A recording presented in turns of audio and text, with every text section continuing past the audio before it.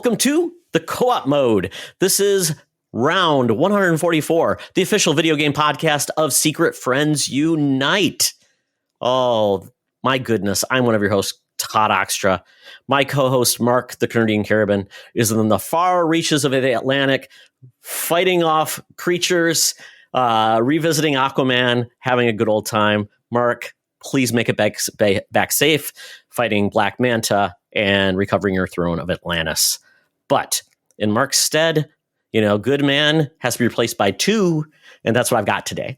Two awesome hosts that are going to join me on this journey. We've got a returning champion, Mr. Delvin Cox, from the Delvin Cox Experience and all things PSVG. Also, play some video games, not PlayStation video game for some reason. Delvin, how you doing, bud? Doing pretty good, buddy. How you doing, man? Doing great. I was looking at the list of guests I had. I'm like, wow, it's been 2 years since Delvin's been on. Got to bring him back. So, yeah. Lots changed in 2 years. Yeah.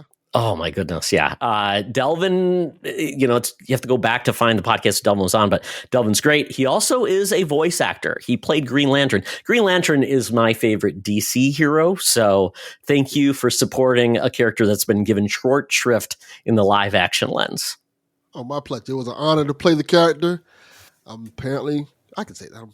I'm playing the character again in this whole DC extended audio drama universe, so it's going to be pretty cool.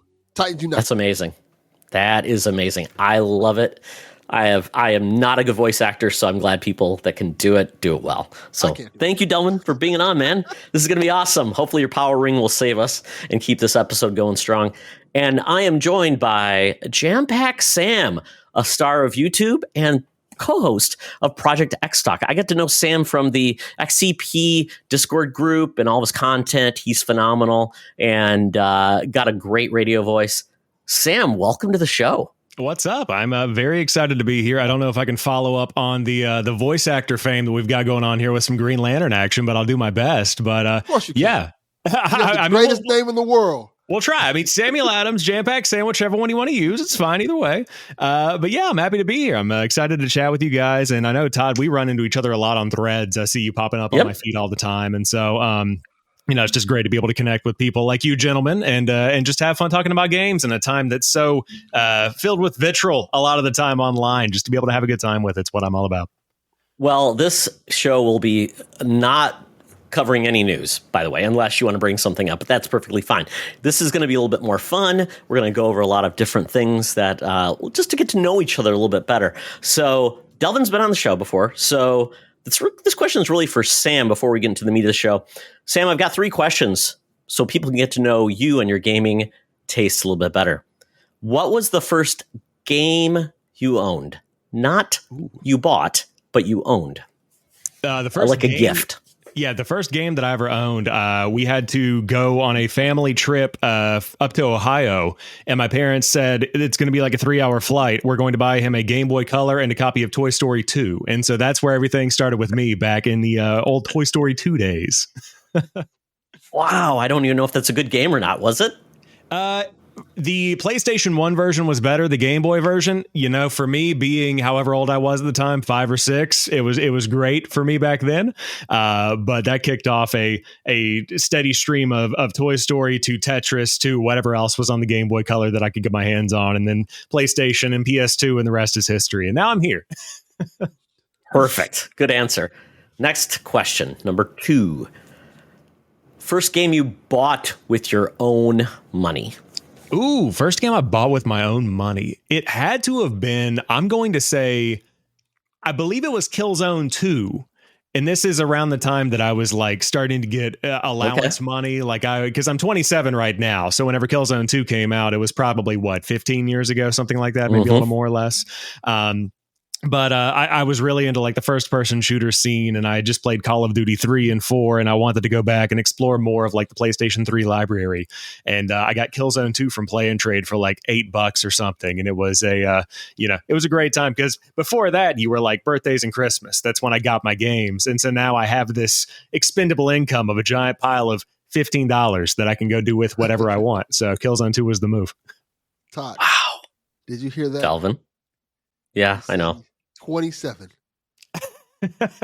We haven't. I know, Delvin. Don't make me feel old. It's 1927. Yeah, I was gonna say, when were we born? And I don't. And I want to respect both of us. I don't want to give away who's older, but yeah, I know. Yeah, I mean, I'm guessing like Todd, 35. You know. Oh yeah, absolutely. 28. I had my son when he was 17. It's perfect.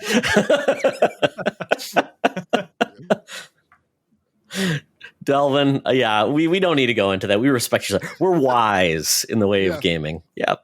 Like Yoda.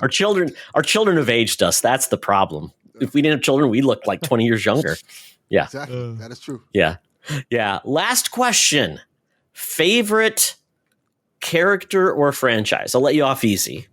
Oh, well, I mean, obviously, based on the shelving that's not really visible from this angle in particular, I'm a big Halo guy. Master Chief is my favorite character of all time. Fanboy or not, whatever you say, I'm optimistic indefinitely about the future of Halo. I love everything about it, and that's always going to be kind of my bread and butter. So I've been playing it since the original Xbox, but 360 and then Xbox One kind of fell off, and then Series X, I'm all back in. I got to ask a question then. Oh, here we go. Because I was going to let's have a question about Halo then. Okay. The question. Okay, Delvin, go ahead. Halo. What did you think of the TV series?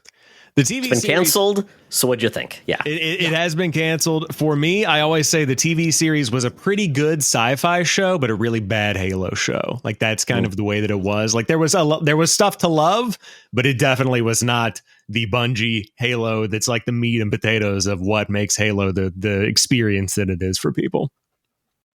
I agree. I wasn't feeling like seeing Master Chief's face. There's something about seeing him and knowing who Master Chief is. Like, no, I don't want to see him. Make him this mythical creature that we just see. Like he's a god. And I don't want to know. I don't want to know his personality. Like, no. Yeah. You saw more than his face in season 1. So I mean, I saw way too much. I saw way too much of Master Chief that I ever needed to see. I'm good. So Master's Chief. Oh yeah, Master Cheeks. You know what? We always need to know. Does he get his groove on? Apparently he does. And yeah. It was basically the Halo for your mom. Or my co-host Charlie, who doesn't watch video games, like, I liked it. I'm like, of course you did, because it's nothing like Halo. So but a follow-up to that, and this is for both of you, considering where we are with Halo, it's been 3 years since Halo Infinite. The multiplayer's in a good spot. We have no clue when we're getting more campaign or, some type of story-based content. And we don't really know the roadmap at this point. Are you a little disappointed that we're getting lesser entries of Halo when considering like on the 360, we got 4 games? We got Halo 3, ODST, Reach, and what was it? Halo 4. Halo 4. When did the RTS game come out? That was also, I didn't know if we were just counting like mainline entries. Oh, okay. But you had Halo Wars. That was that time, yeah, Halo Wars 2 was an Xbox One game. So I guess technically 5. And you could even count like Spartan Strike, I think was included. Okay. In that generation. Yeah. Things mixed in there too. Yeah. And then we had 5 on the Xbox One and then Halo Infinite on Series X. Is it time to split off a multiplayer and campaign and just say, we'll let one team make multiplayer, advance that, and then just make a campaign or a PvE type game separately, so you can get more frequent entries in the campaign or something. I'm just trying to figure out where, because I would love more Halo. I just don't know how we can get it these days. Yeah, it's such a difficult question because right now, like, I'm not complaining about the spot that Halo Infinite is in a large way, because they've done a lot to make it into the game that it is right now. Like the community has really gathered around it and made a ton of Forge stuff. 343 has done a good job of bringing that in. They haven't done as much of their own original, even multiplayer content that I think anybody would have liked. Like you really would have want that kind of like, you put out the bones of like what you want it to be versus somebody making a fan-made Mountain Dew map and doing a collab for Halo 3. Like I love both of these things, but it's not really feeling like a fully fleshed out kind of like a long-term roadmap that we would get from something like Call of Duty or Battlefield. But right now you see Xbox like acquiring so many studios, and you can't help but think about the fact that they have so many people that are good at making first person shooters, and you have the experience and the knowledge of the lore within 343, and so you can marry those two things together and just make so many cool things. I mean, even just looking at the novelizations, there are so many stories that you can still tell within Halo, and we're still just falling back on Chief Cortana doing whatever they're doing. You know, like you can tell so many more things, like a Halo Reach style story that doesn't have to rely on these big tropes. So I wish they would do more, but I don't think we're seeing Halo until beginning of next generation. I think that's probably what kicks off the next console cycle, because they've just got so much going on right now that you wouldn't want it to get kind of drowned out. That's just my 2 cents. Delvin, what do you want from Halo next? I would love, honestly speaking, a remake. Could be good. Of like just straight Comet up Evolved? Yeah, I think that'd be pretty cool. Just go all out on the remake. Do the Resident Evil thing. Remake it in your own kind of vision and kind of like modernize it and kind of add cool things to it to just make it feel different than what we've been getting. I know when Infinite came out, it was kind of mixed. I enjoyed what I played of Infinite a lot. I thought there was a lot of cool things there. I know people were kind of poo-pooing the multiplayer stuff because it was still young and stuff like that. But I feel like if they were to go back and like, hey, let's remake what people loved about Halo and get that feeling back, restore the feeling of what we felt day one of Halo again, man. I think that'd be pretty cool. Yeah, I mean, I think that's kind of what they tried to do it, at least with the multiplayer. It's like a reborn version of Halo. But I agree, people would love the rumors are that they're kind of leaning into Unreal Engine 5, getting away from the proprietary engine stuff, like full ground up Unreal Engine 5, 240 FPS, like wild remake of Combat Evolved with all of that same kind of storytelling. But like you said, with the Resident Evil style approach of same story, same characters, but it's just like a modern, like Resident Evil 2. We'll get into the topics, but in terms of remakes, that's like king for me. They killed it with that. And so I would love to see that done to Halo, where Master Chief Collection's good, but it's kind of like going to a museum versus watching like a recreation in a film. Like it's the same story, but it's a totally different kind of experience. Yeah, it reminds me of the Dead Space remake we just got. They did a phenomenal job of remaking that game, but they added layers. They did different things, and you can definitely do that now, and it would be amazing. I'm a firm believer that I feel like it would be great for Xbox to use some of the teams and leverage some of the cool things they did on the 360, which was side stories, ODST, Reach, all these different things where they told different stories with the different lens, and they all brought something different to the table. It's hard to believe that Bungie did all that. That's amazing. But I think if they leveraged other teams to say, this is our multiplayer team, this is going to be our PvE team, and these are going to be the people that tell different stories and leverage different perspectives. Maybe even hey, the Coalition after E-Day, maybe they want to make a third person Halo. I don't know. I want more Halo. It's just a shame. And I love the campaign. And when I was hearing that they cut a lot of it out because just to get the game out, that hurt me because I love playing, and especially the couch co-op being removed hurt my heart too after they promised it, because I loved playing Halo with my buddy and sitting right next to me. We're doing stuff, and the fact that they didn't go back there, I felt like, wow, they just really pulled a lot out of that game to bring it in, and it struggled. So I'm optimistic for Halo because God of War was in a bad place, I think, when it died off with God of War Ascendant. Was kind of like treading water, and they came back. I think every franchise can really find its place, especially Resident Evil 6, where that was at and where they came back. So I think there's a great future for Halo. I just hope we aren't waiting like 6 more years for the next one. Yeah, it's going to be tough. It's very tough. Well, one thing we don't have to wait for much longer is me to thank our Patreons, our Secret Friends Squad. Oh my goodness, these are the people that make things happen for us. They support us. Some of them even come on the show and do special segments with us. So it's really allowed us to do some cool new content that we really enjoy. Those are our Friends with Benefits, John Sedorf, Phoenix Sisters Cosplay, or Entertainment, sorry, Brendan Myers, Matthew Keel, and Corey in HD, our BFFs, Sean, Stella, and Henry Nias. If you're not a patron and you don't have money to spare, join for a free trial. Check out our stuff, get it for free. Do that. Just try it out, see what you think. And if you can't, no problem. Just tell people about the podcast. Let them know you enjoy it. Give us some reviews. That's good enough. That's as good as gold anyways. We love it hearing people enjoy our stuff. But if you're interested in a free trial, it's really cool. All our stuff is out there. You get free access, early access, ad free. It's a really good deal. But the cool new part is we are adding some new content very shortly. We're going to have a monthly SFU Patreon podcast. Really, it's going to be open just to chat. It's primarily going to be myself, Charlie, and Mark just having a good time. We want people to join us along in the discussion about the world of geek. And then Mark added a new show called Walk Nerdy with Me. Mark has wanted to get back into fitness, and he said, well, how can I do that and still contribute to our Patreon? So he's going to just basically walk and talk about whatever it is in the world of nerd. He loves Star Wars. He loves Nintendo. He loves Fortnite. He loves all things nerd, Harry Potter. So we'll see what he does. He did say it's very hard to walk and talk at the same time. So we'll see how this goes. It is very, very much so. 100%. It is, especially when you're having a chain of thought and you're talking by yourself and you get in your own head. So very excited for this. I've been excited for Mark to do something fresh and exciting. So this is his contribution. I'm very excited for it. So thank you all for your patronage, and check us out. We're only getting better from your support. So with that, gentlemen, we get into my favorite segment of the show, the segment that I keep making people do, and I torture them because half the time I put this out there and people want clarification. So with Buy Rent Return this week, we're discussing remasters. This one's a little easier. You buy the one you love. You rent the one that you just want to experience and you have a good time with. You return the one that's just not for you. You're glad it exists, but it wasn't for you.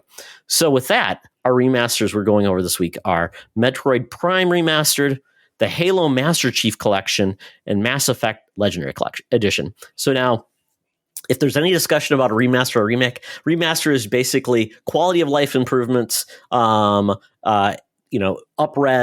maybe some things that made the game better, even accessibility. A remake is basically reimagined from the ground up, like we talked about, Resident Evil 2.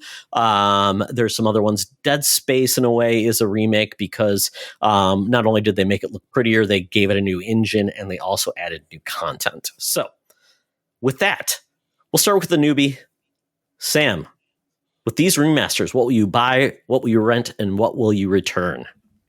Do I have Game Pass? The initial question, because then I don't have to worry about at least. No, I'm just kidding. No, you got a Blockbuster subscription, and then it can cost you this much per month. Yeah, or week. Of course. Yeah. I mean, obviously, based on our first conversation, I'm buying Halo. Like, that's going to be the thing, because it's what? I mean, you've got 5 games in one, I think, if we're doing.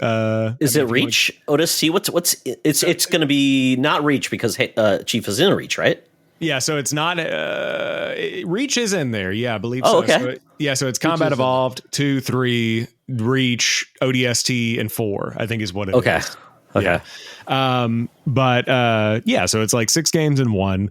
You got all the multiplayer suite. I'm definitely buying Master Chief Collection. And then I'm going to be renting Metroid Prime Remastered. It's actually one that I picked up at Southeast Game Exchange a couple of weeks ago. I got the physical copy on the Switch. And so going back, man, Retro Studio they kill it with how does this game look this good? You know what I mean? Like, it just runs so well. I'm playing on a Switch Lite, and I mean, it looks great art. Good. It's great. It's just killer. So I love it, but it doesn't have that same replay value for me as something like a Halo, where I can keep playing. There's not a lot of secrets. Yeah, I mean, you get the map, and that's how you discovered all the secrets. But there's not like you can't go off track and discover things. It's a set story.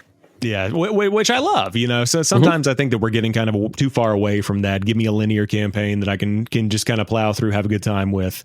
So Metroid Prime is the one that I'm going to be renting. And then I'm just not a Mass Effect guy. I've tried 3 or 4 times to get into it, and I just can't. I can't get into it. I like the way you described it. I'm glad that it exists, but it's not for me. Like, I love the fact that people love Mass Effect, and I want to give it another shot one day, and maybe I will. But I'm just going to return Mass Effect Legendary Edition, and I'm not going to worry about that for me. This is terrible. I know. I'm sorry. I'll leave now. You can kick me off. I'm fine. I get it. It's fine. Delvin, how do you really feel? They named this man after beer. How dare you? I'm sorry. Yes. Are you a patriot, sir? Are you a patriot? I'm sorry. As soon as I saw these names pop up, I was like, "Oh, this is going to go one way or the other." I didn't pick bad ones. I didn't pick easy ones. I could have picked horrible ones, like what was it? Remastered. The what was the one game? Red Faction Guerrilla Remastered Edition. Remastered. Yeah, I mean that wasn't bad though. I mean it was, but still, some of those names are just ridiculous. Different tier. Yeah. Exactly. Okay, Delvin, defend your place. I think Todd did this brilliantly because he picked. I don't know if he did this on purpose, but he picked my favorite franchise and Sam's favorite franchise. Because my favorite franchise is Mass Effect. All right. Now we're talking. So I have to buy Mass Effect, of course, because it's my favorite franchise. Have you played the Legendary Edition? I played 2. Okay. Just 2? Just 2. Because I'm too busy to go back and play all that right now. Okay. There's other games to play. Are you a true fan, then, Delvin? Oh, I beat Mass Effect 2 6 times. Wow! Just so you could have different teams that made it through, or what? Over and over again. Oh, okay, got it. I want to say I beat it 2 times on Xbox. Okay. 3 on PS3. Wow. Yeah, I love that series that much. But yeah, I have to buy Mass Effect. I buy Mass Effect 2. That's going to be in my collection automatically. And this is where it gets hard because I love both of these games. I love the Metroid Prime remaster. It looks more like a remake than a remaster. That is so impressive. And I love Halo. You know, I love the first trilogy of Halo games. I love Reach, ODST. I kind of really love those. So just because it's more games, I'll rent Halo. Yeah. Because I can play Halo for a little bit longer, enjoy my time with it. You know, they did a pretty decent job with it. I remember when the collection first came out, people were poo-pooing on that a little bit. But now, whatever they were poo-pooing about, it's kind of fixed. So it's like, you know, I can really get into that. And I'll sell, I hate saying this, because I really like this game, the Metroid Prime. No hate. I mean, it's you know, it's like when you have 3 children, you really love one, you kind of like the other, and the other one you're like, are you really my child? No, I have one child, so I have to love the one. I don't have a choice. I have to love the one, and he's going to college, so I'll be without him for a while. So I'll start missing him. So it's okay. If you're renting the Master Chief Collection, though, that's a whole lot to squeeze into a 1-week Blockbuster rental because that's a tight turnaround if you're trying to get your money's worth out of that the whole week. Yeah, that's a good point. But I'll just play one of the games. They won't know. You cancel your account, and they're like, "Oh, I'm out of town." Yeah, well, you could time it. You could time it the week before Blockbuster closed down, and then you just have the game. Like it's really an added benefit there. You just keep. I truly wonder how many people got free movies and games when Blockbuster. Because what are they going to do? They're closing. I mean, what an amazing time when Blockbuster closed down. Yes, I missed. Oh yeah. Oh yeah. There were so many games for so cheap. 100%. I felt guilty. They're like, "Hey, this game's like $2." I'm like, "Really? It's $2?" That's right. It just came out. Like, yeah, it's $2. Like, all right. Exactly. Well, then you get the older games they've had for like 12 years, Delvin, and then they're like trash. They're like scratched and the case is destroyed. Yeah, it's a mixed bag. I still have like a bunch of Blockbuster cases from games and stuff. Or the game where it has the Blockbuster label right on it. Yeah. Yeah. Blockbuster? What was that? People used to ask, "Did you rob Blockbuster?" Like, no, I bought these things legally. They just went out of business. Did they just throw away the cases? Did they just throw away the original cases? I assume they did. Yeah. Oh, what a waste. Yeah, I mean, I know that like I watch a lot of game collector stuff, and so they've got a couple of people like Chase After the Right Price on YouTube. He just bought out where a Blockbuster would unpack the Super NES boxes and have the manuals, and they were all cataloged in a cardboard box for like 30 years. So he's got, you know, old school stuff that's just been sitting in some kind of storage unit It's where they would take crazy. it out, put it in the trashy little Blockbuster box, and then the real deal was sitting back there the whole time. So seeing that kind of stuff, I would go back and I'd be like, well, how much for every piece of signage you've got in here? Like, I love the idea of like that mid 2000s Blockbuster. I love that energy. It's so good. Oh yeah, oh yeah. There's an actual series on Netflix, I believe, about a town that is running a video. So I think it's like the last. It's in Alaska. It's the last Blockbuster store. So it's like cool. it's a comedy show. I forgot what it's called, but yeah, good times. Love it. I almost interesting story for you guys. Oh, I was one of the, I guess, fortunate people to be around a GameStop closing down. oh, I guess they were changing locations and stuff like that. And I got so much stuff for really cheap. And they were selling like the signage and things like that. One of the things they were selling, I almost was tempted to buy.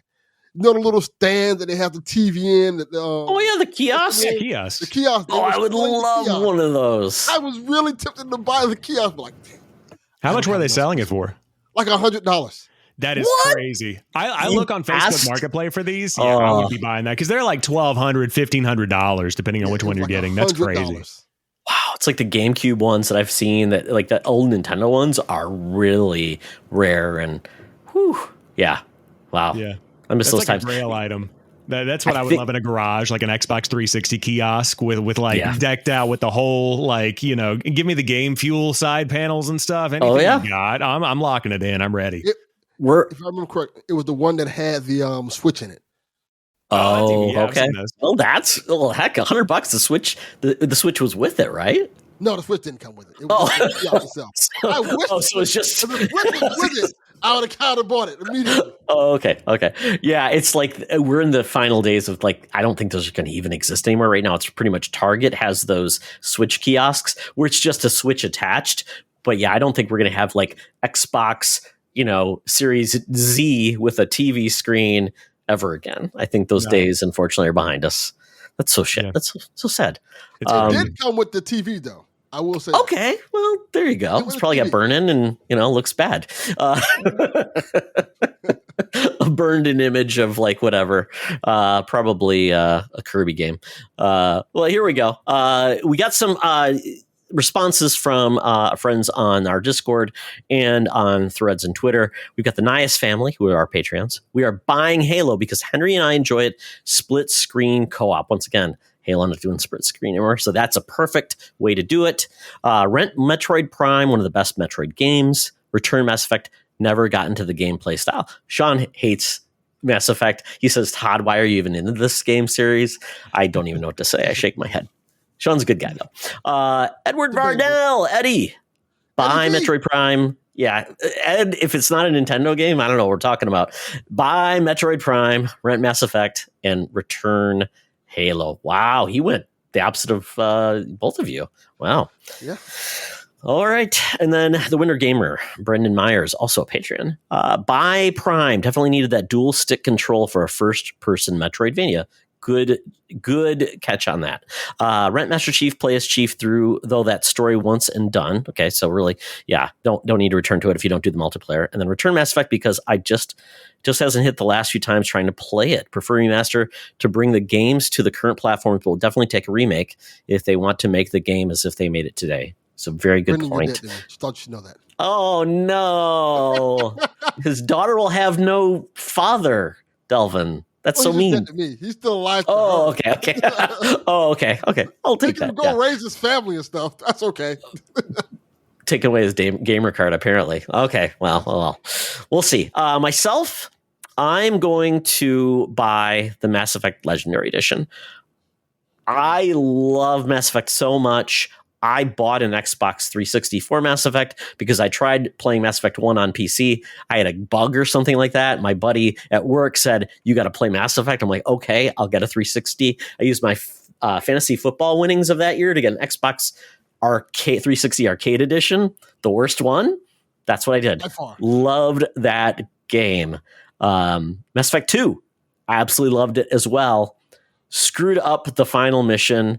I had probably one of the worst playthroughs of the whole Mass Effect series because I killed off people that should have made it. No, I mean, I really need to play through it again to see if I can do it better. But yeah, my squad was decimated by the time I got to 3. But I also loved the multiplayer in Mass Effect, even though it wasn't supposed to be good. I enjoyed it so much, so good, and I even enjoyed planet scanning. You know, who can say that? That's a good point. Then I'm renting the Halo Master Chief Collection. I love playing Halo campaigns. I do not play the PvP at all, really, but I love the campaigns. They are fantastic, and I love the feature that these collections have. Although I don't know if they all have it, but I know at least the Master Chief Combat Evolved remaster has where you can change it from the original graphics to current graphics. Correct. I don't know if that's the only one that did. Did 2 do that as well, or was it just 1? I think that 2 did it with because 2 is the anniversary edition. They've got that's the closest they've got to actually a remake, so you can flip back and forth between those. But I think it's just Combat Evolved in 2. Yeah, I love that. It's kind of a shame that 5 is kind of left out to rot, to be honest. Even though Chief is in that game, the other games he's not in, which is kind of scary with ODST and Reach. Kind of weird. And then Metroid Prime Remastered. I have a grudge with this game. I almost beat it on the GameCube. Never did. There was the one boss that you had to use the specific burst or the power ability for, and he kept on changing, and it was rolling across. I don't know what boss it was. It was towards the end. Never beat it, and so I have a grudge against the game. I do own the remaster, but I'm like, I still don't like you very much. I mean, I like the game, but I mean, I've still got a grudge against not being able to beat it for some reason. But it's beautiful. I played a couple of levels. I just don't know if it's something where I've already played most of it to go back to it. It's just, just I don't know if there's enough variety for me. But you know what? Understandable. Yeah, exactly. Life's too short. I got too many games to play. But there you go. Next week, we'll see what our topic will be, but we'll make sure we keep it interesting. So with that, got to talk about some games we've been playing. We've been talking about the past, but now we're going to talk about what is actually making you excited about the world of games. So, Sam, take it away. Yeah, I have been spending a whole lot of time with Dead Island 2. This past, I guess, couple of months, really. I say since the beginning of 2024, because it's something I've been wanting to do for a while. But I kind of shaped my gaming life around Game Pass, just because that's kind of how, like, as an Xbox player, that's how I've experienced games this generation. And I think I've developed a tendency myself to just jump from like, oh, look, this is here now. This next week, oh, look at that. Call of Duty's coming. You know, whatever the next thing is going to be. I always jump into it, and so I'm kind of forcefully putting on the brakes and saying I want to play this specific list of games, and I actually have developed a kind of like backlog list of 10 things that I'm pulling from, and Dead Island 2 was next up on it. So I'm digging into that. I'm probably like, I want to say maybe 4 hours from the end, 2-3 maybe if I'm rushing it, but I'm just taking my time, killing some zombies, finding the fun in this one, because I originally did not like it when I first started playing. It really grew on me. Yeah. It's on Game Pass now, right? I looked at my dashboard and I saw it there. I'm like, was it a demo? And I didn't, but it's a full release. I've been really interested in this because it's a series I know nothing about. I think I remember the first Dead Island where they had that crazy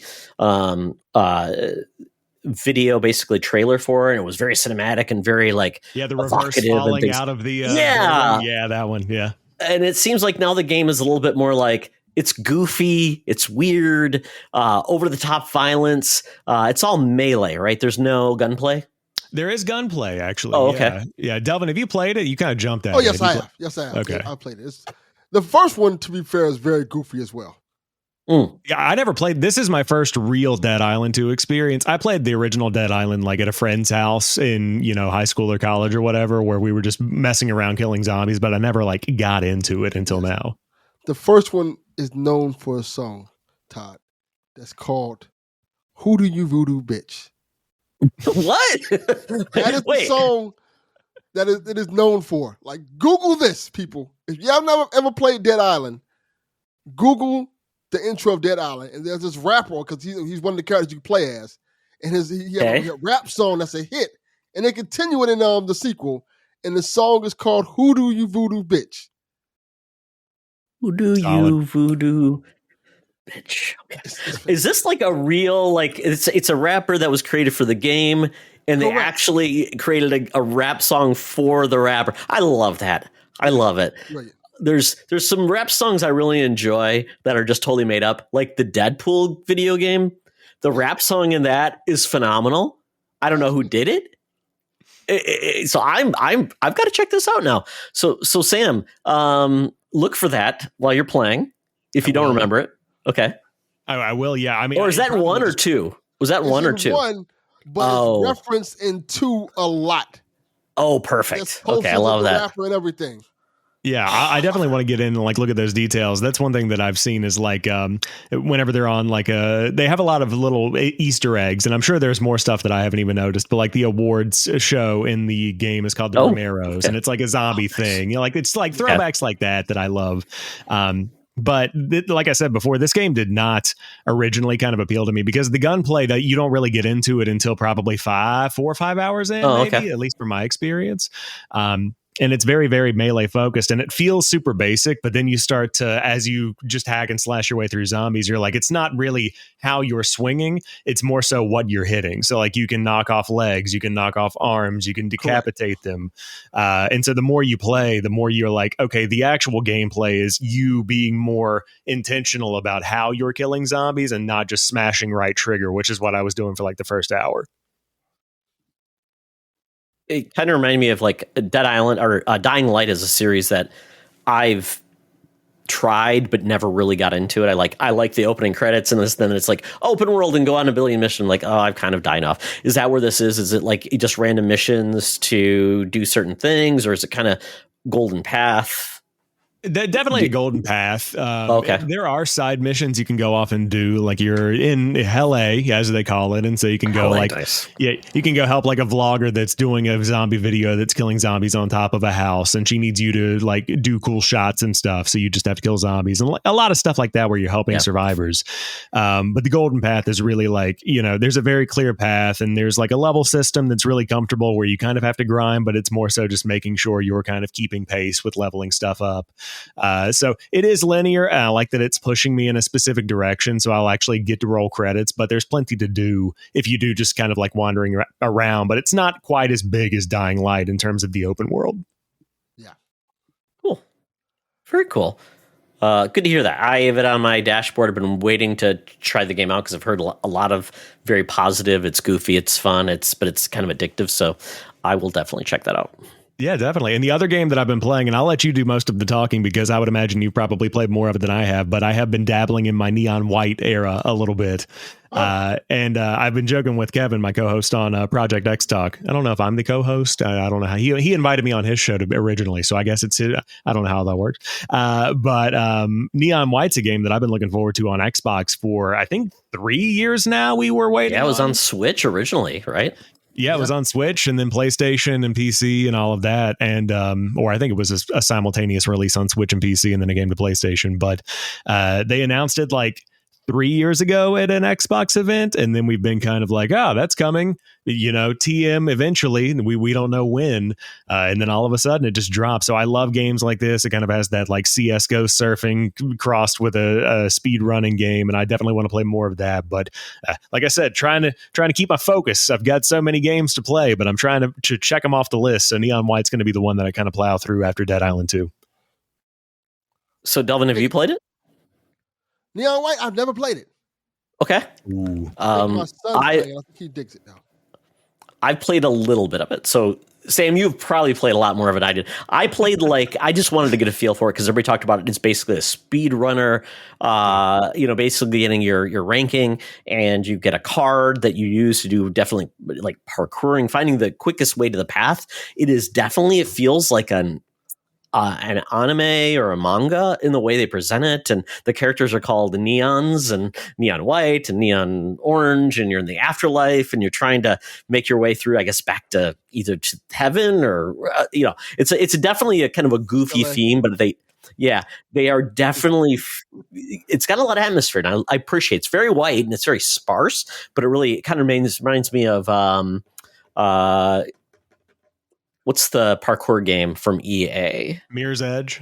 Yes, kind of reminds me of that in a lot of ways because that was first person, and I appreciate. I'm not a speedrunner, so I wanted to give it a try, and I could see the addictiveness of it. People really get into speedruns, but not for me. So it's a game that I'm glad I checked out, but just to get a feel for it, it's like maybe it would catch me, but it definitely didn't grab me. But if you're into speedrunning and just how can you get better and take on people, and I think there's leaderboards in the game too, right? Oh yeah, there's global leaderboards. I don't know if they're just platform based or like there's a shared server across the world. But yeah, there are leaderboards. You can challenge your friends and that kind of thing. I like the friends list challenges myself to be able to see like people that I actually know, and then I can send them rude DMs.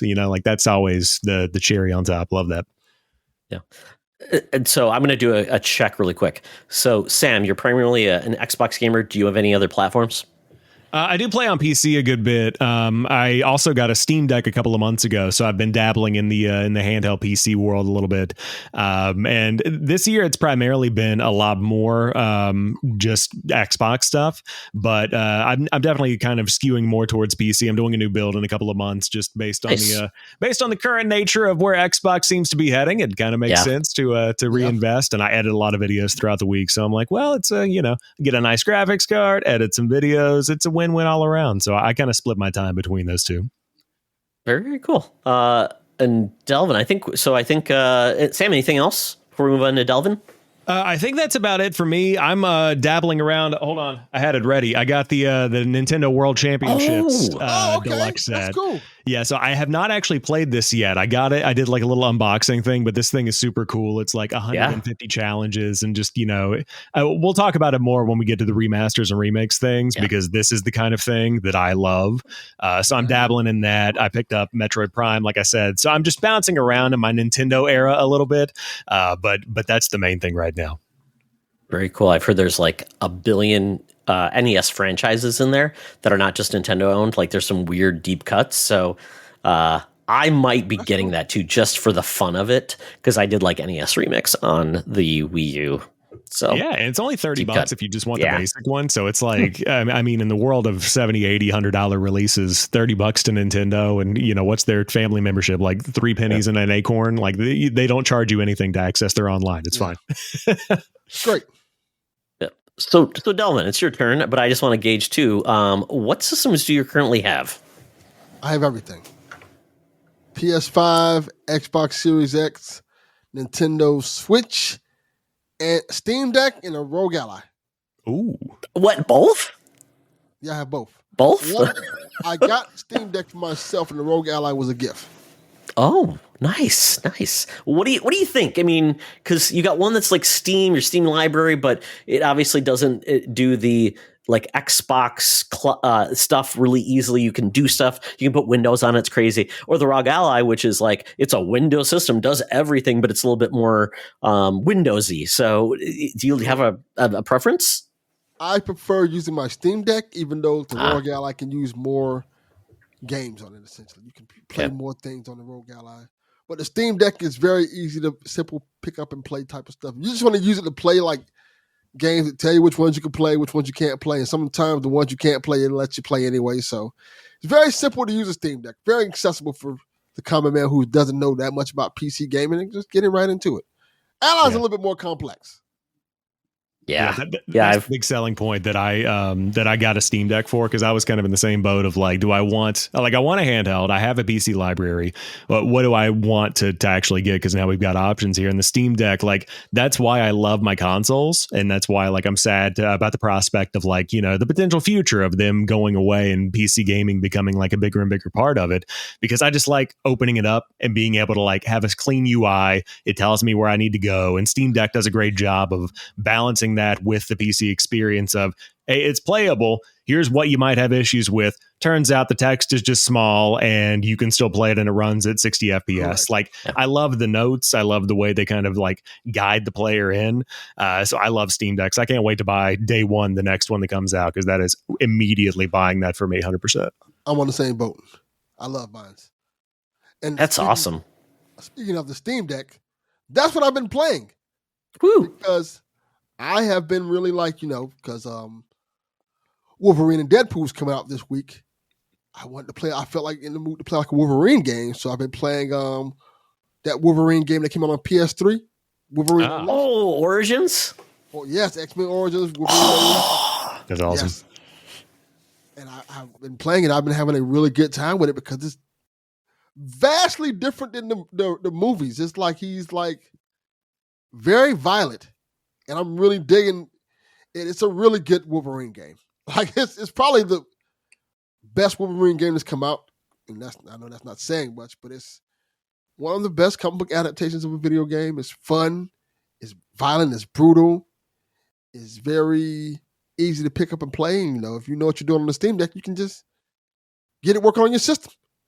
That's awesome. I was gonna say, I'm not gonna ask you how you got it to play, but that's the great thing about PCs and Steam is you can find a way to play pretty much anything. I have I bought a 360 specifically to play a lot of licensed games that just don't exist anymore unless Activision can get. I mean, they developed that game with Raven, I believe, and if they could say, "Hey, Marvel, give us the license back, we'll get that game out there and remaster it," but they don't. But that's awesome. I really love that game. The fact that when you're getting destroyed and basically you start seeing Wolverine's like adamantium skeleton, Correct. That's amazing. Pretty cool. That's awesome. And I guess we'll get to that conversation with remakes and remasters. But yeah, one of the reasons why I love my Steam Deck is because there are a lot of games that you can't really access anymore except on PC. Yeah. And it's really hard to find things. Like one of the things, one of my favorite series, because I'm a big Transformers fan, is the War for Cybertron and the Fall of Cybertron games. They can't really play them anywhere. They're they're really not easy and accessible anywhere, but you can play them on your Steam Deck. So I found myself playing those games, and they are fantastic Transformers games. And it just sucks that because of licensing, unless you own I think they had a PS4 version at one point. If you own, Devastation was amazing. Yes. Platinum made that game, and then there was a Turtles game that Platinum made as well. And also, you cannot play that game anymore, which is so frustrating because there's like 1 billion Turtles games right now, and that game would be amazing for people to discover now. Yeah, and that's the whole thing about it now. It sucks when these companies lose the license and things like that. I feel like if you own a game, it should always be around somewhere. It should always be accessible to people once you had it, but I guess it just doesn't work like that. Wasn't it the promise of NFT? Like your digital purchases would be everywhere. They could go everywhere with you, and they're like you could sell your own games. And the promise of owning your licenses, I guess, just never came about. Yeah, another one I just saw, Chronicles of Riddick. Oh wow, you're doing some deep licensed cuts here. I love this. That's amazing. Really I love it. Games that you just can't play anymore. Chronicles of Riddick, I love that game. That's a shame. That's not. Yeah, I mean, because that was remastered. Wasn't there the one on the original Xbox and then it was remastered again? Yeah, but was it stuck on 360 and PS3? What they did was the original one came on the Xbox, which was hugely successful. They made a sequel and put it on the 360 that had the original one as well. They remastered the original. Oh, that's crazy. And made the sequel on the same disc. And it was I think if I remember, it was Chronicles of Riddick, Escape from Butcher Bay, and I can't remember the name of the other one. But they were all on 360, so you could play them together. You could play it back to back. That's crazy. Escape from Dark Affinity or something like that. Oh, very excellent game. Man, Vin Diesel, make it happen, dude. Use some of that Fast and Furious money. Yeah, he's the one holding up the process. Come on, Vin Diesel. Apparently. Well, come on. He apparently stop making bad Fast and Furious games. He apparently owns the Riddick franchise now. Yeah, and he's trying to get it, another movie made. Yeah, that's his. He can do whatever he wants to with it. I think it was when he made the last Riddick movie. He made it with his own money. He asked for the rights to you can have the rights to it. We don't care. They gave him the rights to the movie. And I love the fact that I Googled this and it says in 2006, Vin Diesel agreed to make a cameo in Universal's film The Fast and the Furious Tokyo Drift in exchange for the ownership of the rights to the Riddick character. Yep. I love that. He's I'm going to be in Tokyo Drift, but I get to own Riddick. And they're like, yeah, duh, come on. We don't care. They're like, we don't care. Just take it. And the crazy thing about it is, who would have thought that cameo would have brought him back to the Fast and Furious franchise? Yeah, it's wild. For 30 more movies.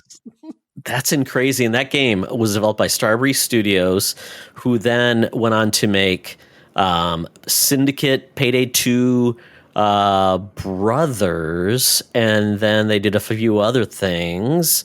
Yeah, I don't know. I'm trying to think of anything else they did. Yeah, I mean, it's kind of crazy. Dead by Daylight, they published Dead by Daylight and did some other things. So it's kind of crazy. Yeah, great series, though. And they did things on Xbox with lighting and things like that was amazing. Really cool. Very cool. Okay. Well, Delvin, keep us up to date on all your next latest find, because I love weird, I love the Captain America game on 360. It's so good, amazing, and still not available anywhere, even despite the fact that the MCU is the biggest thing in the world and that game's trapped. But, hey, we need America's ass. We need to play with America's ass. I agree. I guess Deadpool's taking over. Oh, well. For myself, I checked out the Concord Beta because I'm a PS Plus subscriber, so I get to play it for free. I will say I'm not an Overwatch guy, but if you are an Overwatch fan, it feels very much like Overwatch. I felt like the time to kill and get back in was very fast.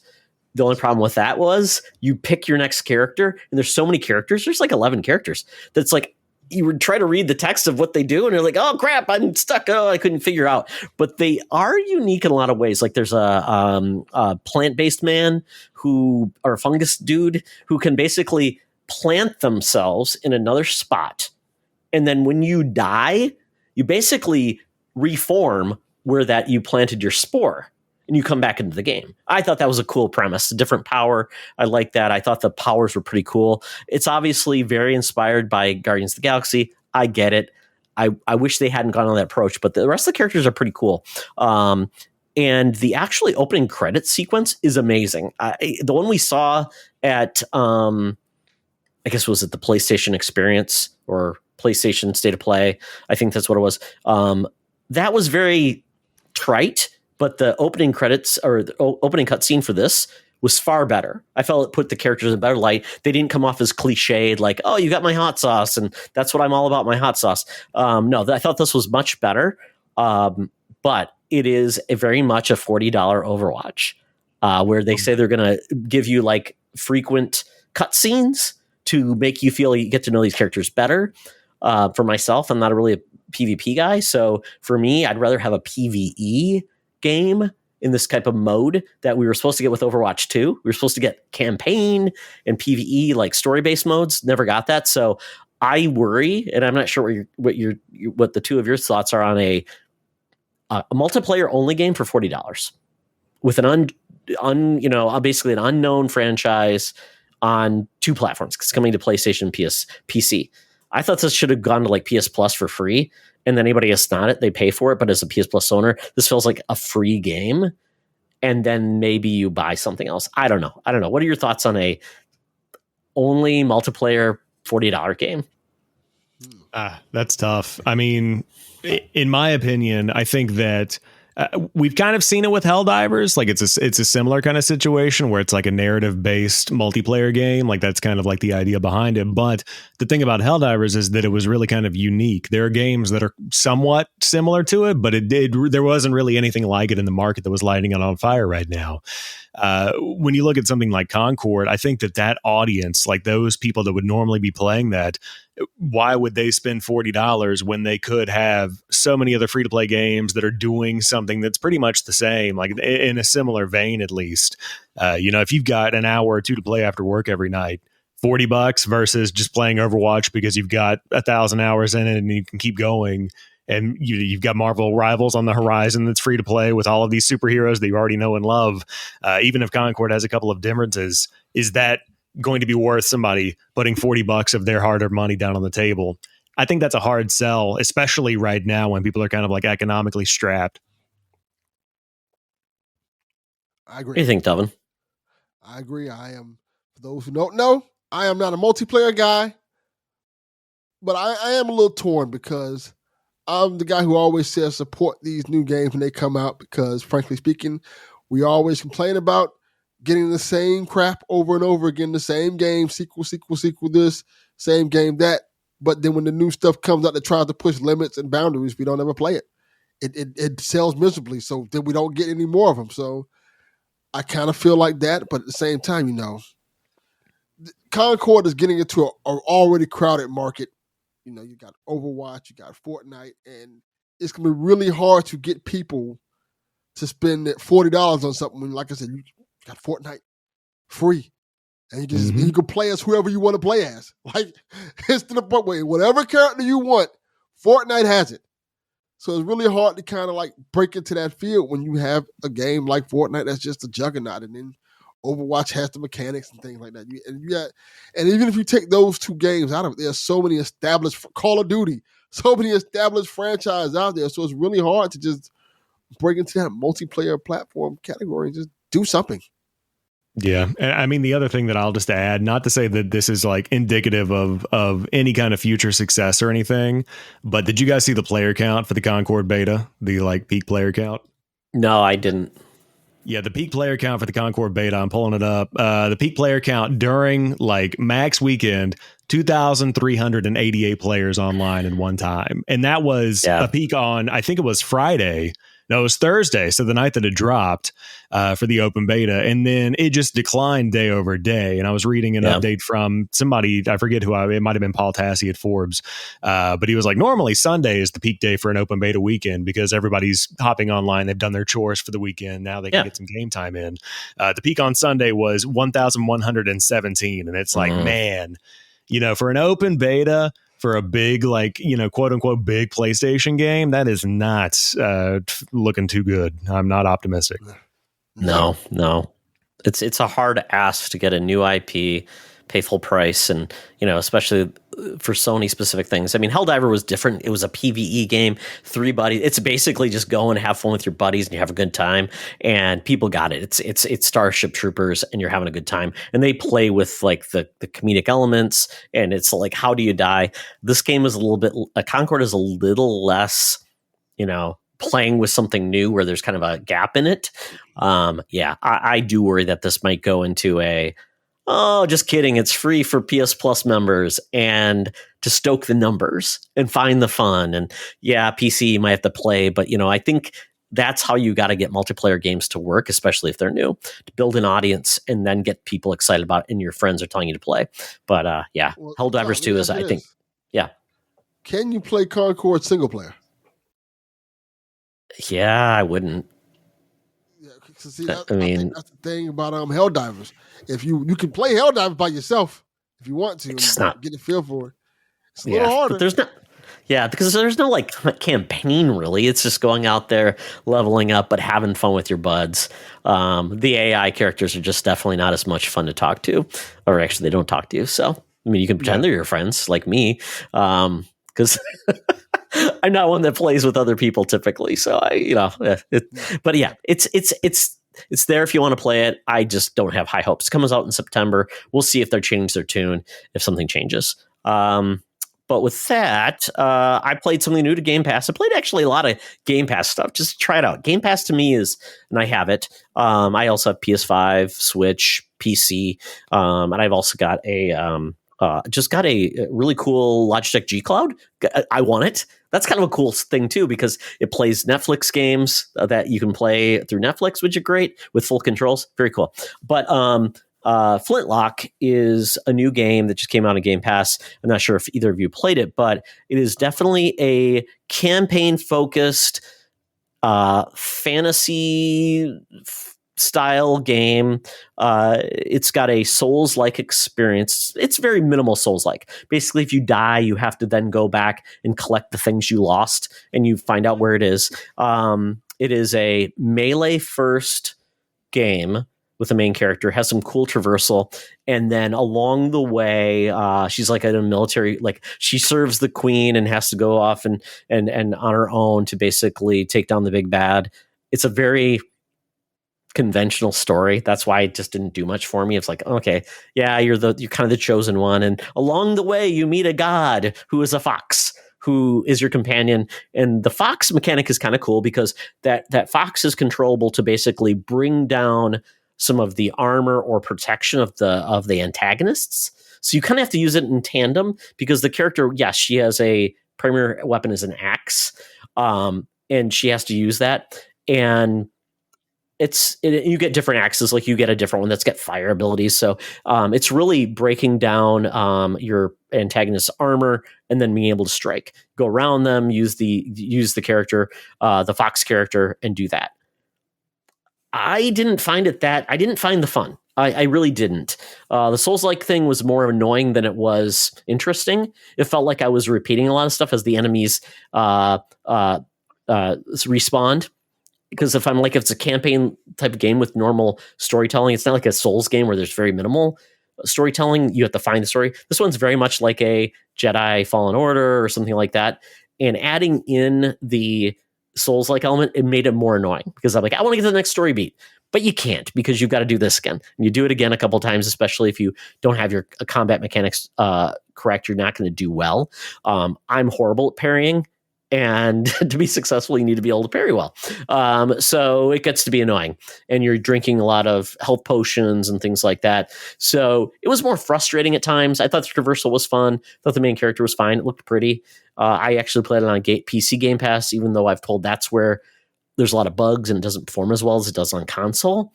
So, but I didn't feel like I had a lot of problems that got in the way, but it did look good. And I have a 4070 Super. Or no, 4070, not Super, because I'm poor.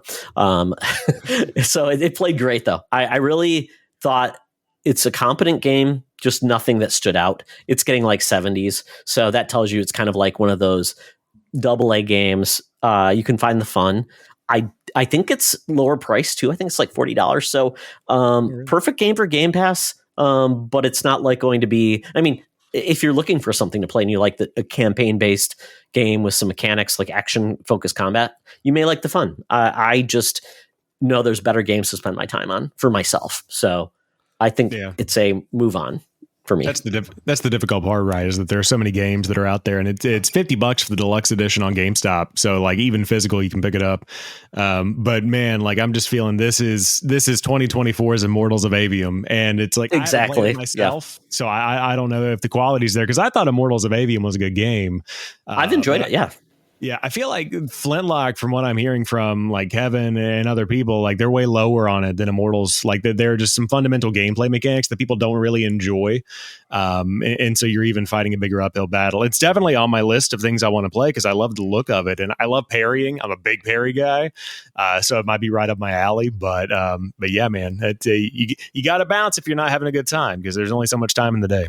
I agree.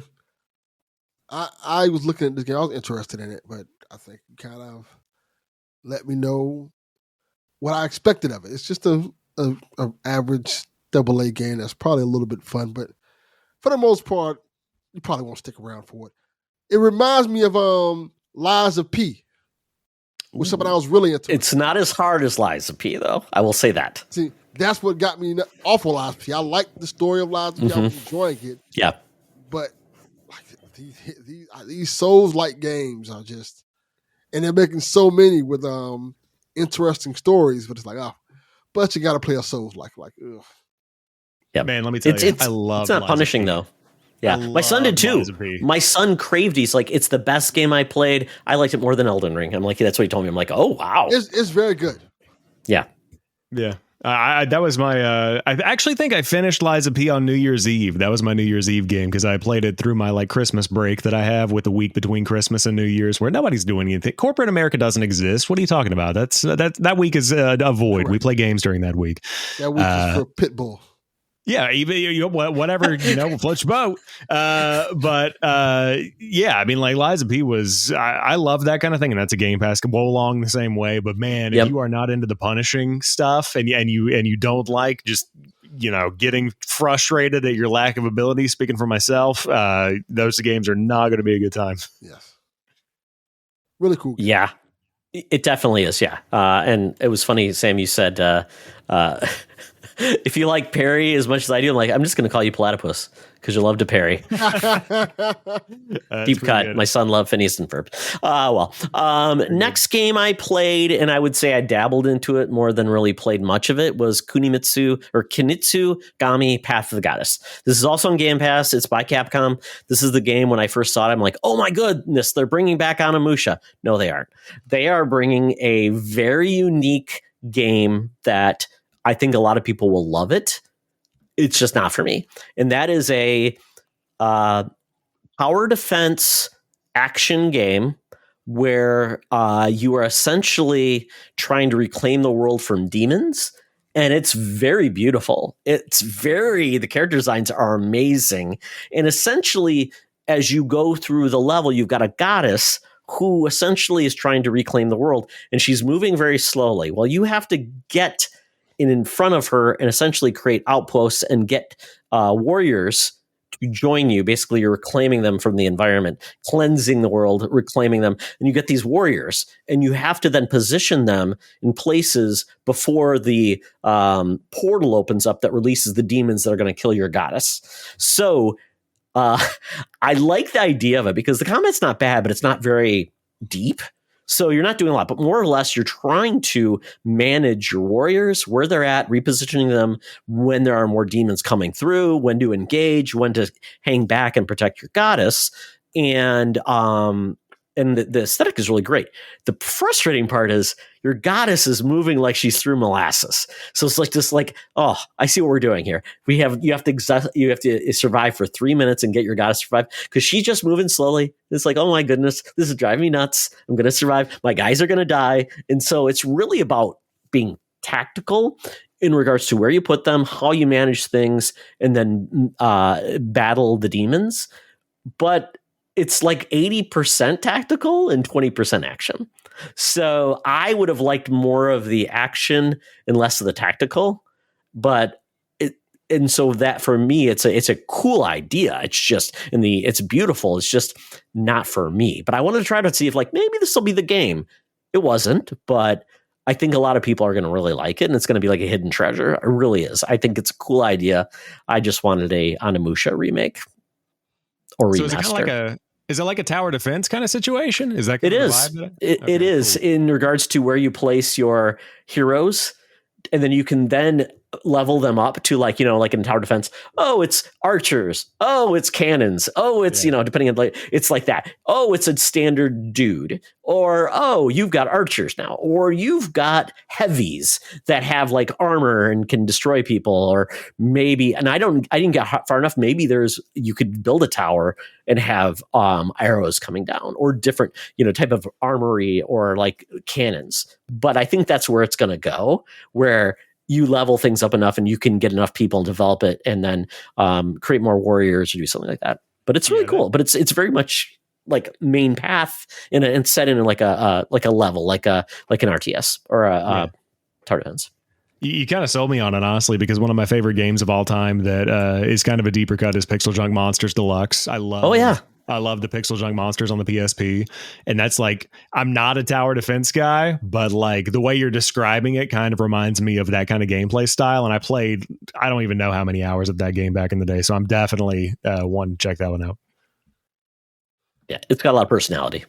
Very cool. Okay. Sounds interesting.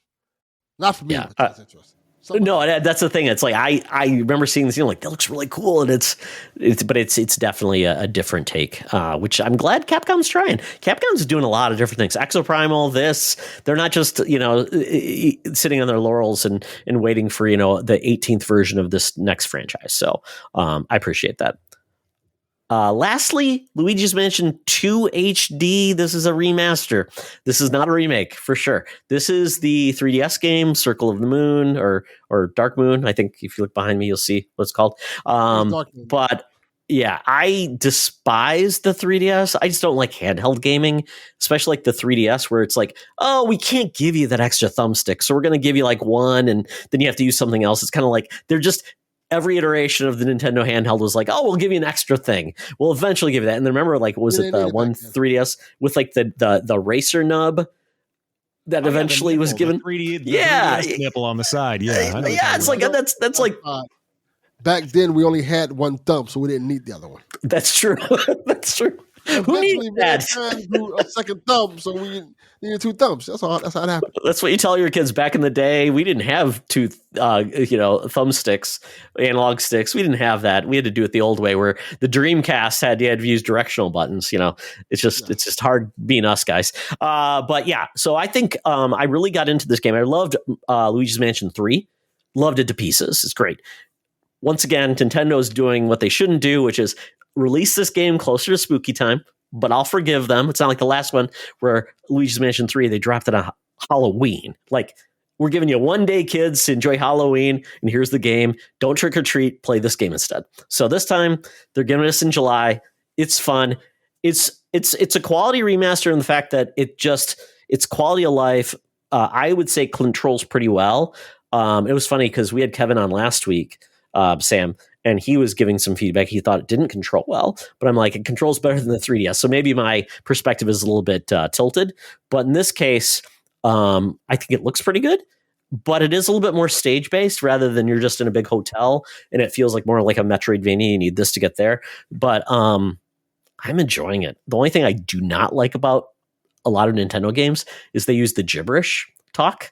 Like they don't want to give people, especially humans, where Luigi does say some words, but they don't want to give anybody like the ability to talk. Like the professor, he talks in this weird like gibberish form. And I'm like, but he's talking a lot. Shouldn't we just give him a voice versus doing like the Banjo-Kazooie and the weird talk? So I get it when it's like non-humans, but when it's humans and they're just doing that, I'm like, Nintendo, can't we have a weird and goofy professor?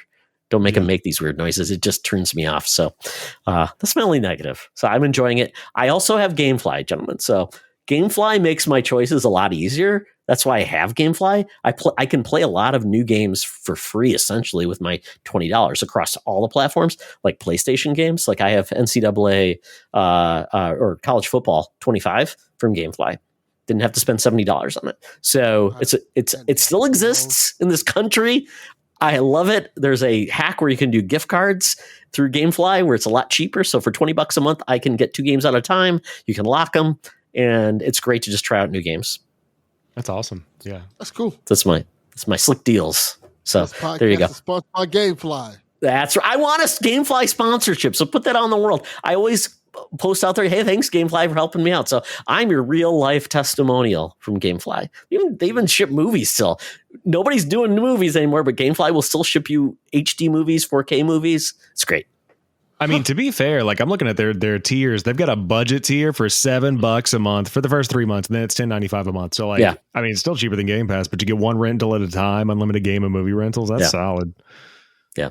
It's well worth it. The $2 plan with gift certificates, I think it's $100 for 6 months is what I have. So you can get gift certificates. You can send them to yourself.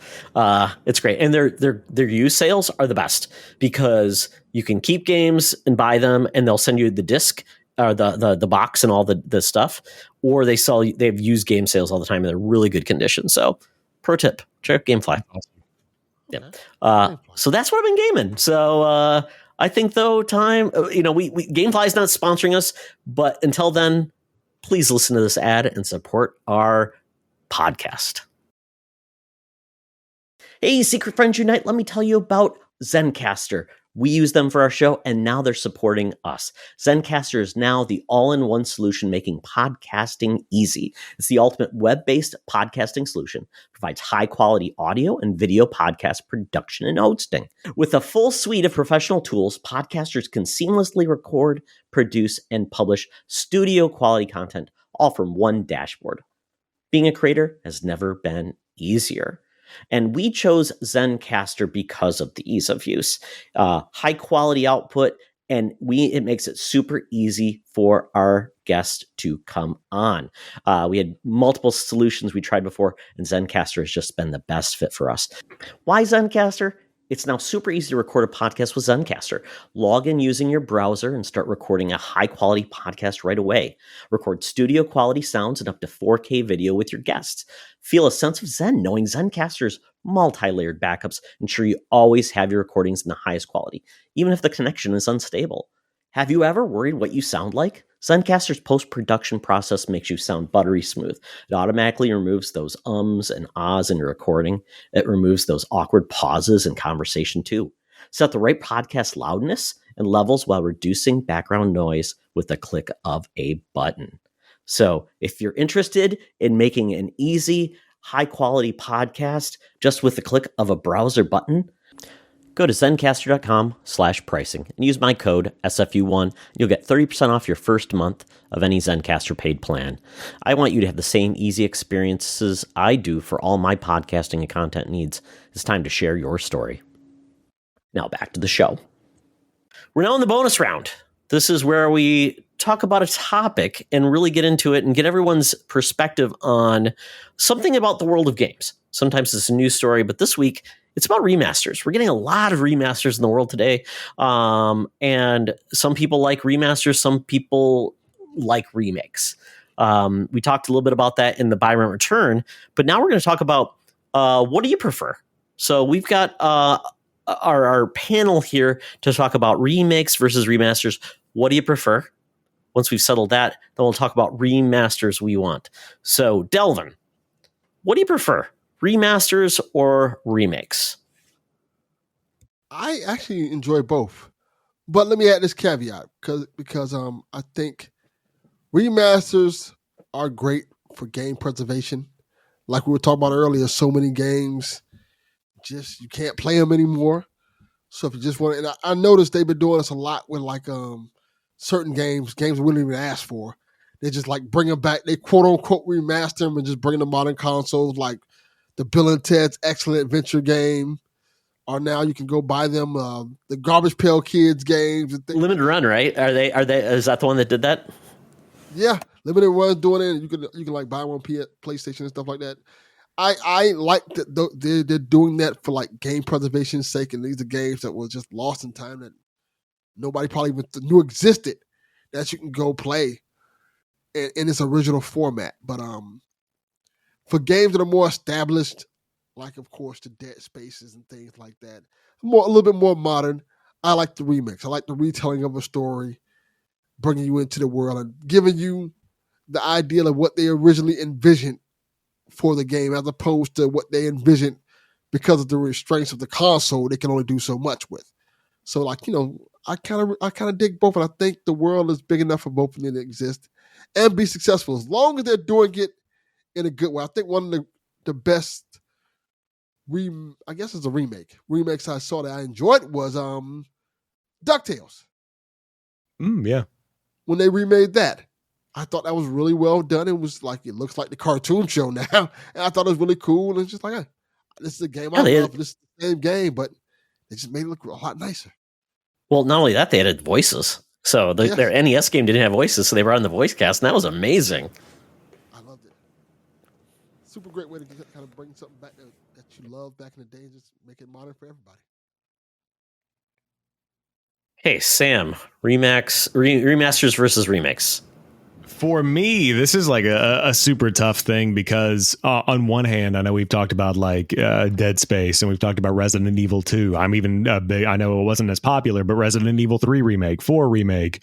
They do so much well with modernizing that original experience and bringing stuff forward. But like I mentioned earlier, like I'm super into, probably like you both are, into gaming history and like those nostalgia pieces and kind of like the retro stuff. And so Night Dive is a studio that like I adore the work they do, because stuff like the Star Wars Dark Forces remaster, I'm looking at it right now on Steam, where it stays true to what the original game was, but 4K 120, you've got like the same look but modernized with a way that it looks like it could have come out today, with a honor and respect to the original way that it was meant to be presented. But on top of that, you've got stuff like their System Shock remake that is truly a remake of what System Shock would look like today. So they kind of blended. But in terms of like who's crushing it, they do it really, really well. And then I wanted to pull one off the shelf that I always call out, the Atari 50. Collection is super cool, because this is like a museum in a game. It's like, for anybody that hasn't played and is listening, this is from Digital Eclipse.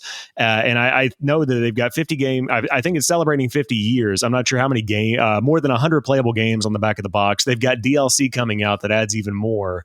But it not only brings these games forward, you get new versions of the games, and you go through like this historical little, I want to call it like a museum experience of like how these things came to be. It's almost like a documentary. And so I think this kind of thing, and also going back to the NES World Championships, like these capture those moments of gaming history. Like this is a retelling of like how we got to where we are today. And I think that looking back, especially Atari is a company that's like near and dear to my heart, to see how they kind of like helped shape where we are today by playing through it yourself and seeing their path through the years, I think is super cool. So I love that type of remaster in particular. Yeah, there's I'm just to look if I own it because I think I bought it or I wanted to buy it, which is like the karateka.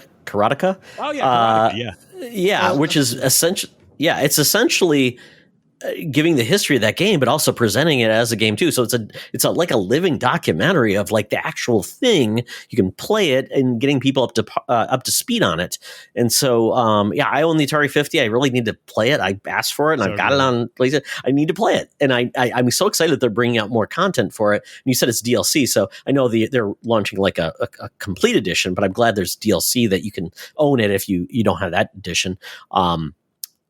To me, it's really about if the only way we're going to get that game back is a remaster, I'm all for it. I prefer remakes because I always feel like, wow, they took like the premise of it and they turn it on its head. Like you can still play the original game, but here's a different version of it. Like I never played Resident Evil 2 on PlayStation 1. I loved the first one on PlayStation 1. I just never played it. So and I always thought, well, how am I going to play Resident Evil 2? Do I really want to play it how it was originally done? Or do I want the new version that is taking a different approach, keeping the spirit, but also adding in like modern gameplay, modern conveniences, taking away a lot of those, the clunkiness of a lot of the games from a certain era. And I love that. And when they can do it correctly, it's amazing. But sometimes a remaster is all we need. Because I think our brain in some ways says, oh, it was on the 360. It probably looks fantastic. And it doesn't always. It looks a little clunky. Maybe there's some things like, why did this happen? Like the Mass Effect Legendary Edition is amazing. Didn't really do much. It basically brought up to modern standards, I would say, in a great new engine. Really wonderful. Great. But it wasn't like those games weren't available on old systems. So I do like a game like a Lollipop Chainsaw, which is a deep cut. James Gunn wrote that game, and it was directed by, I can't remember the guy it was directed by, but that's getting a remaster because it's a game that you cannot get on modern consoles, even though it's on 360 and PS3. So the fact that game is coming back in a remastered form, cool. I like that. So I'm a little bit of both, but I like a game like Luigi's Mansion 2 HD. They did the littlest as possible for a game that's already been on two systems. Like this is I think it's second system, but they're charging $60 for it, and all they did was up-res it. They didn't add more content. It's not like it was 3D Mario World on Switch, where that game was basically updated, looked beautiful, came from the Wii U, but they also gave you Bowser's Fury. So it was not only are we giving you a remaster, we're giving you a full new content, which is amazing. So like I said, sometimes you get just enough, sometimes you get more than enough. So I like that. But yeah, when I hear about remakes, when what's possible and what they can do with it, I'm a little bit of both. But I like both depending on if we aren't going to game a game at all, give me a remaster. But if we have a game and you want to do something special with it, a remake is pretty special. So that leads us into remasters we want. So if a game, the only way we're going to get it is a remaster, what game would it be? Ooh, that's a tough question. I have to think about that one for a minute. I'm digging deep. Remaster? Huh. Remaster. Only remaster. You can't get a remake. There's not enough budget. There's enough to basically bring it back from the dead and playable. I've got it. This is my answer, and this is top of mind, and I think about this game more than I really deserve to. I want to see either an original MotorStorm or a MotorStorm Pacific Rift remaster on the PlayStation side of things, because Evolution killed it with those games, like especially Pacific Rift. I have a definitive memory going back to the original. It was right when the PlayStation 3 launched, because that was a launch title. I had a PlayStation 2, and you were in that all right, how do I get this? I have no money. This was pre me getting a fund or a allowance. And so I was at a small shop called Play and Trade. I don't know how big they are, but they had a couple of areas around, or couple of locations around Charlotte, and I was at a kiosk, killing the neck muscle, looking up, playing MotorStorm, and it was like, this is next generation gaming. Like, I'm knocking people off of a bike. I'm like, giant monster truck launching off of a cliff. It looked so good. And I want to go back and be able to have that same experience with that kind of like Unreal Engine 5 crispness of modern day gaming of like, man, that's a giant monster truck launching off a cliff and landing on a motorcycle, dude. Yes. Like any day of the week, please. I want that. Wow. It's amazing that PlayStation decided not to bring MotorStorm forward, but they made Drive Club, and that crashed and burned. And wow, that was a big mistake. I think MotorStorm would have been a good addition, just kind of like Forza and Forza Horizon. I think PlayStation needs a more of an arcadey version. Agree. Okay, Delvin, what you got? There's several ones I can think of, but I'll pick something different from the ones I said earlier. I'll pick the Infamous collection. Ooh, why aren't these on modern consoles? Trapped. Yeah, it makes no sense how popular those games are. Just not to remaster them and just say, here you go. Like we got a remaster of The Last of Us 1 and 2. and we really didn't need those. And they look great and they play great, but we really didn't need them. We could play The Last of Us, the original version, really easy. But we kind of need a remaster of the Infamous series. I don't understand why they've been so hesitant to do it. Like at least do one, like to see how it does. Like money on the table. Yeah, it makes no sense that we haven't gotten those. Yeah, I would agree. I mean, I think about that one too a lot with Infamous, and like we have ray tracing now. Do you guys know how good Infamous would look like with ray tracing? That lightning. Or Infamous 2 when it's set in Louisiana, where you've got all the puddles and stuff that are like scattered around. Oh my gosh, that would look fantastic. The red and the blue and like the what do you call it? The like reputation system they've got in there that changes the color of your stuff. Oh yes, I would love that. That's a great call. Even if you were just to do like a remaster of Infamous Second Son. How about now? Yeah, I would love that. A trilogy would be like pinnacle to have 1, 2, and Second Son all bundled together. I think that would be great. I think it's just like a PlayStation identity crisis right now because they're trying to figure out who they are. And it's like, and I just speak for myself, but you guys might feel the same, like bring back some Infamous, some Killzone, like bring these classics back. SOCOM, what's going on with SOCOM? Why don't we have Resistance? Resistance is another great one. Yeah, I mean, it's another great call. Like the PlayStation that I knew and that I grew up on is no longer, and they're trying to get away from it. And I'm like, please bring it back. I don't own a PlayStation 5. You do a Resistance remake and an Infamous remake and take my money, like literally open my wallet. Yeah. Wow. Those are the things that got people in the door. And there's a lot of PS3 opportunities that are just being ignored. There's no backwards compatibility at this point. It's all streaming, and the streaming is hit or miss in a lot of ways. So it's a big challenge. Yeah. Yeah. And Delvin, I was thinking that one DLC that came out for Infamous 2, I loved with the vampires. Yeah. Amazing. Well, blood. Yeah. That was so good. It was like my favorite DLC. I love it. So good. Well, we can do a Rod and Robin if anybody has anything that popped in their head. But for me, it's the franchise that Nintendo doesn't want to admit that they own, which is Eternal Darkness on the GameCube in an era where survival horror and these type of games are so beloved.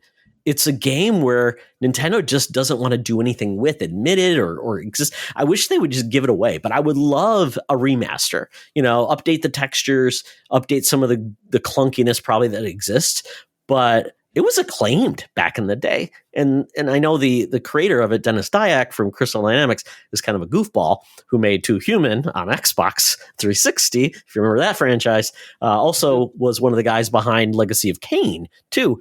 Cool series, but yeah, I mean, like one game, Eternal Darkness, it's just languishing, and it's stuck on the GameCube. And even if you want to play it, I mean, to find a copy on the GameCube, it's probably like $200, which is just a crime at that point. Yeah, that is super pricey. I mean, considering we just got the release of or the announcement of a new Famicom Detective Club game, I feel like anything is possible at this point. Yes. And if it was going to happen at any point in Nintendo's last 10 years, it's now. Exactly. It's like the Switch is the time when you could sell any game. I mean, when all these Mario Party games sell like 11 million copies, I mean, it's criminal that they don't go deeper and really satisfy all their fans. But Yeah. Anything else? I feel like the other call out would be the Resistance one, like you mentioned. I feel like Resistance is just such a slept on. Like, I know Insomniac's doing Spider-Man now, but like, yo, what's Blue Boy got cooking? Because we haven't heard from them in a hot minute. So if you want to crank out some remasters, give them some like Resistance, some Killzone, those classic PlayStation 3 games. I would love to see more of that. Also, like Space Marine, Warhammer 40K Space Marine. What's up with the? I know I got a remaster on like PC, but we never really got. Oh, really? I got a. I mean, I say remaster. It was like 10 years ago already. I was going to say, was that on Xbox One? The first one? Yeah. It was like an anniversary edition. Okay. But it never came to console to my knowledge. So I would love that. Because I remember playing Space Marine on something, and I really dug the game quite a bit. It might have been early PS4, Xbox One. Mm-hmm. Yeah, I mean, Space Marine came out on 360 and PlayStation 3. Oh, was it that old? Yeah. God, I feel old. It feels like yesterday, as they say. When you get old, everything was 5 years ago. Yeah, well, I mean, like Space Marine, I remember playing it whenever I first built my first PC, and I'm like, that was like 3 years ago. Nope, I built that in my senior year of high school, and I'm now a full-grown adult with like, 2 more PCs ahead of that now. So, but yeah, that's a phenomenal game. And with 2 coming out, please, like, make the story complete. Let people go back and play that. Yeah. Anything else, Devin? For the remasters, no, but I have some for the remakes. Okay. Oh, we're doing remakes too? Oh, I have some remakes then, yeah. Okay, I'll do. This is the bonus round, the bonus round. I will give my last remaster, though. That is Kid Icarus Rising on the 3DS. Horrible control scheme on the 3DS. Talk about only one thumb. That, and then you had to use a tray for it, and then you had to use the stylus. Horrible. Great game, but I couldn't play it because it was held back by its controls, and that system was just not made for like 3D first-person games. It just wasn't. So that's the game I want to come back, because Kid Icarus is just a franchise that I feel like it's been abandoned by Nintendo, and it's got a lot of heart, and it's in a lot of their games with Smash Brothers and things like that. It's in the NES competition, Sam. You'll play some Kid Icarus levels, and you'll probably be swearing at the game because those were painful. But yeah, we got to have that. So with that, we're gonna make Delvin happy with what remakes we want really quickly, just to satisfy Delvin. I have 2. Okay. One, Fear Effect. Oh yeah, that is a game that is perfect to remake. The original version of it for PS1, very colorful, very unique kind of game. When you play as this character, it's kind of like the triad character, like that. It looked beautiful, controlled terribly. But if you were to make this game today, with the story and everything that it has today, and the whole idea of your fear is like a control, your heartbeat, right? Yes. Yeah. The more danger you get in, it controls your heartbeat, and that's what kills you. I think that could be really cool. It had lesbians in it too, Delvin. Don't downplay that. Yes, very much so. The 2 main characters were 2 lesbians, which was very interesting for that time, the PS1 era of video games. And a not so beloved sequel, unfortunately. Yeah, very not good. Yeah, I love that game on the PlayStation 1. It looks so cool. I love I'm getting more nostalgic about the PS1 like look of games. I don't know why. Like they have that one. It's a Resident Evil style influenced game. I can't remember the name of it. It's Crow Country, I think is what it's called. There was a demo of it on Steam. Look it up. It's definitely RE inspired like PS1 game, but with a little, it almost looks like a Square Enix game in a lot of ways. But it's kind of a cool aesthetic. So check that one out. Very cool, man. So what else? What else? Other deep cuts you got? The other one. They should have done this a long time ago. Parasite Eve. Oh, good. Oh, I love that. Why haven't we got a remake of Parasite Eve? It's the perfect game to remake. It was popular when it came out. It has a very great story. Very memorable character. Yes. Gameplay was on point. You can remake that game right now and people would really dig it. Yeah. Square Enix especially feels kind of a Persona type of game in a lot of ways. Yeah. Very much so. Parasite Eve is fantastic. Yeah. My only memory was of my Parasite Eve is the third birthday on PSP. I remember that being the biggest deal whenever that dropped. Oh, really? Yeah, because that was back whenever I was like, that was still G4 era for me, where I was watching X-Play and stuff. And I remember them talking about Parasite Eve, and I was like, well, what even is this? And then I saw it at Target, and now like a copy's like $300 or some wild. Yeah. It's crazy. And the thing about it, the third birthday is not like the original games at all, but it's really fun. It's a really fun PSP. I've never played it. I saw videos. I'm like, It's more of an action adventure okay. shooter. Interesting. Yeah. Whereas the other one's a turn-based strategy game. But yeah, definitely. Yeah, with some live action too, because you're like in that like dome, and then you move around, and you turn base. You do your attack. It was very cool. Very cool. Okay, Sam, you got any remakes you want? The only one that I'll call out is Singularity on the Xbox 360, which was like a time-based first-person Raven, shooter. I think, made that. That was the last game Raven made. Yeah. Yeah. So Raven had worked on that one, and I think that seeing that, that was one of the reasons that I bought an Xbox 360 last year, is to go back and play some of these that aren't backwards compatible, and either add that to backwards compatibility or remake it, because I feel like in the same way that Infamous would look great with like modern tech, having that time mechanic for like modern aging of people that you're fighting off against, having that lighting, I think that would do a huge justice for that game. And it's just a shame that it's stuck on older hardware when so many people could be enjoying it. It could be a really big deal. So Raven's owned by Activision. Was that published by Activision? Singularity publisher. I think it was.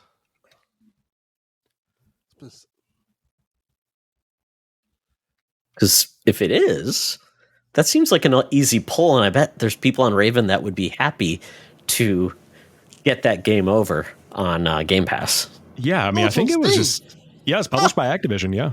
So that's an easy pull. It seems like that's what I'm hoping for. Activision won't just be a Call of Duty studio. It will be like, hey, we're going to bring back some of our old IP, play around with it. I hope. I would love that. That'd be great. Yeah. Just like the old, was it the old Wolfenstein game that Raven made? Yeah. It was pretty awesome. Before the Machine Games made it. It was like 2009, I think, was the Wolfenstein game. It was great. Yeah, it was great. Solid. Loved it. So for me, two quick picks. Onimusha. It is one of my favorite franchises, but abandoned. They made that horrible, like, pseudo kind of remaster, which was just a quick try to cash in. Horrible. They need to remake Onimusha. I feel like Capcom has so many cool franchises they could bring back, and I think this one would do really well, especially in a Ghost of Tsushima type of era where you could play around with more of the supernatural. I think it'd be amazing. And it's just kind of left behind. I don't know if the last one was, but I think it was all in the PS2 era. And then this is kind of a weird one. I don't know if it'll happen ever, but there were certain games that I loved on the original Xbox. One was Advent Rising. Okay. Advent Rising was made by Sharon Entertainment, who made Shadow Complex. And the owner of that studio, then Donald Mustard, went on to run Fortnite. It's such a cool concept. The story is by Orson Scott Card, who has a lot of problems from he's homophobic and he's a bad dude, but the story was really good. It was like this really unique storyline about a guy who gets aliens abilities, and it was all set up. There was actually a contest for, like, if you beat the game at a certain time or the first one, you get $1 million. And it was cool, and the game kind of built up, and then it ends on a cliffhanger, and then it ends. So I'm like, but it was so cool, and it was an Xbox exclusive. So I really want that one to come back. And then if I never get a Buffy the Vampire Slayer game, I just want the original Xbox Buffy the Vampire Slayer games to be remade or remastered. So I had a bonus cut, because that's why I bought the original Xbox, was because of the Buffy the Vampire Slayer game by the Collective. So fun fact. That's dope. Yeah, it was great. Maybe someday. That's why maybe someday. Yeah. When Joss Whedon is not persona non grata, but that's probably not going to happen. Oh, well, that is the bonus round. We are done with the show. But before we say goodbye, I want each of our awesome hosts that filled in for Mark to tell us where they can find us around the internet. And if you want to share your gaming details where people can game with you, please do. So we'll start with you, Sam. Yeah, I'm JampackSam everywhere on Twitter, Threads, Instagram, TikTok, YouTube, all that stuff. I make shorts throughout the week. I do longer videos on Sundays, and I'm just having a good time with it. We're celebrating games, talking about news. I like keeping things light. So, yeah, I love doing that kind of stuff. So I'd love to see people there. And then if you want to add me on Xbox, JampackSam there too. Discord's JampackSam. I somehow landed that whole thing. So not complaining, but happy to be here. Great chatting with you guys. Had a great time.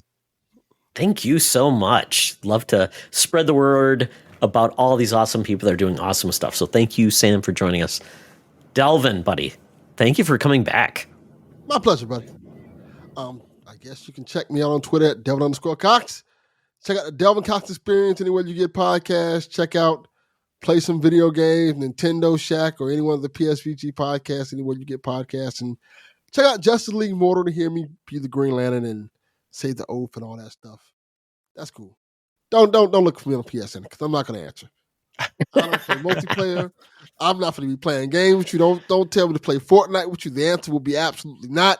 Aw, Delvin, you won't play Helldivers 2 with me? Aw. Absolutely not. No. Oh. Hey, I love a man who's firm his convictions. I appreciate it. Very, very good. Myself, you can follow me at Toxtra on Threads, at Secret Friends Unite on Threads, also on Twitter, but we are at Secret Friends U on Twitter. We have an awesome Discord with awesome people. We have a really cool Patreon if you want to check out some of our cool geek-based content. If you like Star Wars, Star Trek, all things geek and video games, that's where we're living. And yeah, I spent a lot of time in the XCP Discord as well. Awesome people there. I like to be in other groups, checking what they're doing. So definitely, if you have people that you want to check out in the world of games, there's many people out there. Please follow these cool people.